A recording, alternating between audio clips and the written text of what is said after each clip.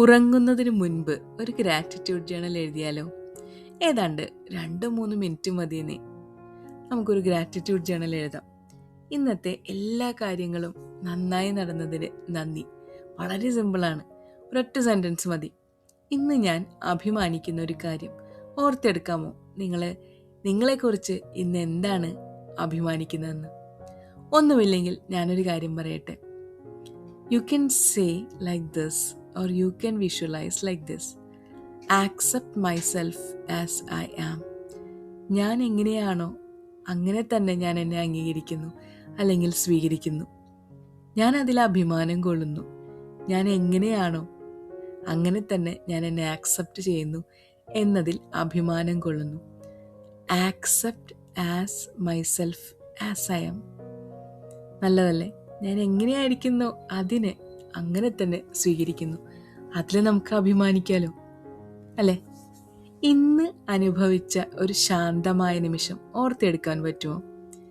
ഇന്ന് കുറേ ചലഞ്ചസ് ഉണ്ടായിട്ടുണ്ടാവാം, കുറേ ട്രയൽ ആൻഡ് എറേഴ്സ് ഉണ്ടായിട്ടുണ്ടാവാം. അതിൻ്റെ ഇടയിൽ എവിടേക്കോ ശാന്തമായ പീസ്ഫുള്ളായ ഒരു മൊമെൻ്റ് ഉണ്ടായിരുന്നില്ലേ? ഒന്ന് ആലോചിച്ച് നോക്കൂ. ഒരു മീ ടൈം, നമ്മൾ നമ്മളെ തന്നെ തിരിച്ചറിഞ്ഞ ഒരു നിമിഷം. ആ ശാന്തമായ നിമിഷത്തിന് നന്ദി പറയാമെന്നേ. ശാന്തമായ രാത്രി, ശാന്തമായ നിമിഷത്തിന് നന്ദി പറഞ്ഞുകൊണ്ട് സുഖനിദ്രയിലേക്ക് നമുക്ക് പോകാം.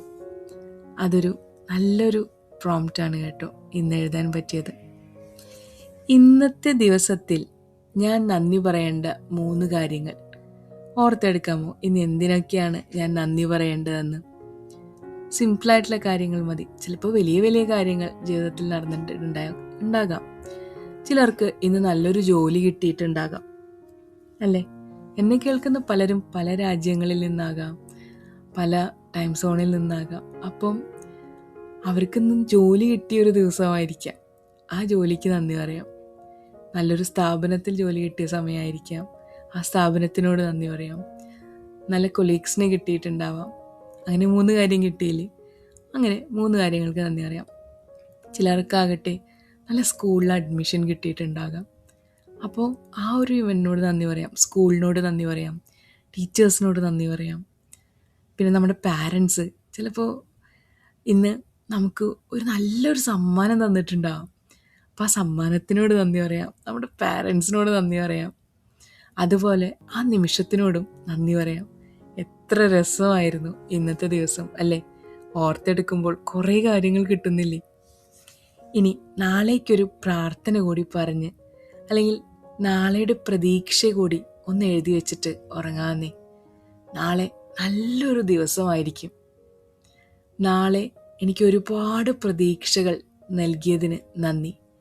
എൻ്റെ പ്രതീക്ഷകളെല്ലാം നാളെ സാക്ഷാത്കരിക്കപ്പെടുന്നതിന് നന്ദി. നാളേക്കുള്ള പ്രാർത്ഥന എന്നും നല്ലതാണ്. ഈ ഗ്രാറ്റിറ്റ്യൂഡ് ജേണൽ സിമ്പിളല്ലേ? ഒന്ന് ട്രൈ ചെയ്തിട്ട് ഉറങ്ങിക്കോളൂ കേട്ടോ. Good night.